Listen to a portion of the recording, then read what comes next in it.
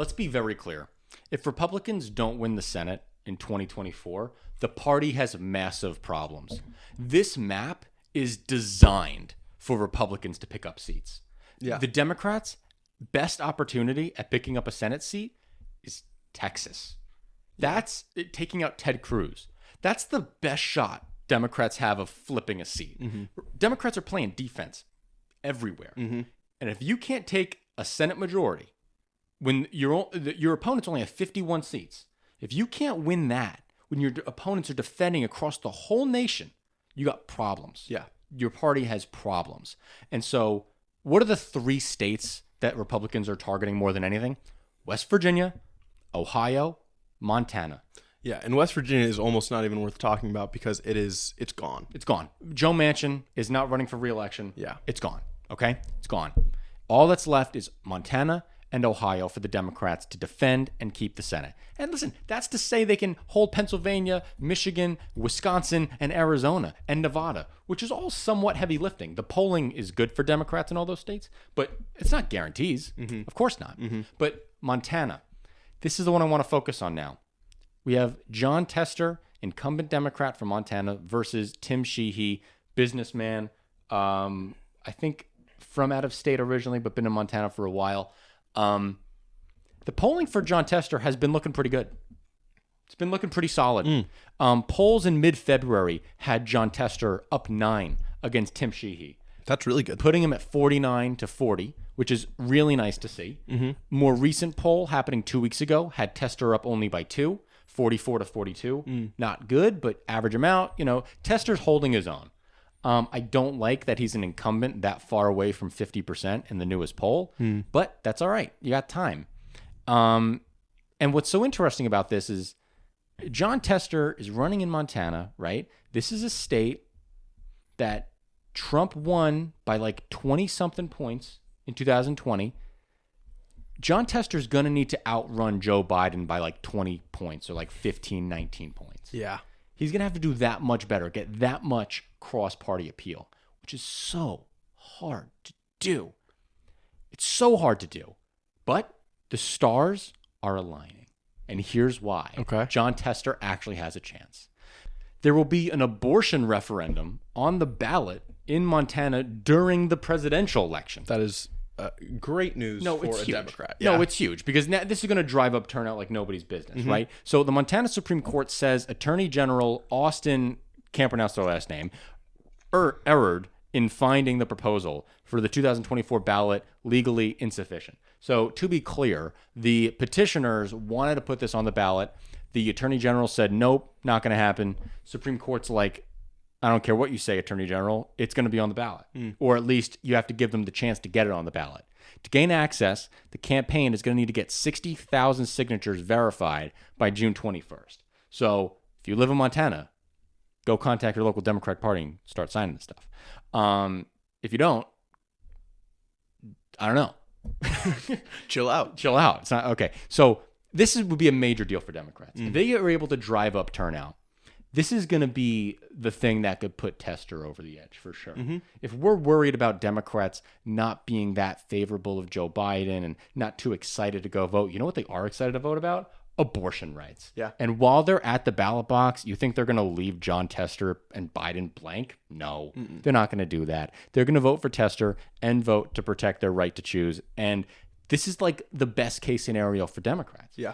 This is actually a Republican strategy from 2004. So Karl Rove was the campaign strategist for George Bush. And one of the things that he was designing was getting referendums on ballots across the country about legalizing gay marriage.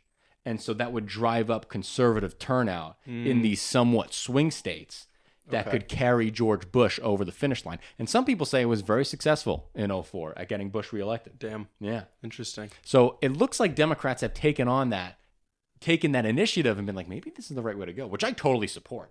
I want more things to be done by referendum anyway. Yeah. I'm a huge supporter of referendum. It is a good strategic move, at least. Yeah. Yeah. Yeah. The only other thing I would say about why Tester, I think, would have an advantage, I imagine Montana Republicans to be they're Republicans because they're alienated by the coastal elites, Oh yeah. right? Jon Tester is no coastal elite, right? Anyone who has ever seen him knows not. that he is not a coastal elite. Dude, he's a farmer. He posts pictures of all of his stuff. He posts pictures of him with animals he's butchered. He's got he's missing 3 fingers. He's walking around like this. Exactly. You know? Biden, on the other hand, Biden tries hard to sell that he is not one, but he doesn't do it that well. He's a senator from Delaware who's been in the Senate since 29. The dude's a coastal elite. Yes. At the end of the day, the dude is pretty much a coastal elite. Yes. Totally. So I think that'll play well for Tester. Yeah, and Jon Tester has another strategy that I think is so brilliant, and this is the type of grassroots outreach and activism that the Democratic Party needs to be doing across the country. Montana Democrats launched a $1 million voting initiative. $1 million voting initiative on Monday that will work to turn out Montana's tribal voters for Jon Tester in the toughest Senate race yet. So this is really, really important. There are about 60,000 eligible Native American voters in Montana. Jon Tester won his 2018 election by only 18,000 votes. Wow. So if you can mobilize the tribal population, these Native American voters, and earn their vote, don't just placate to them, right? Don't just shower them with money and think you're going to get the vote by putting campaign ads up in there. You have to prove it.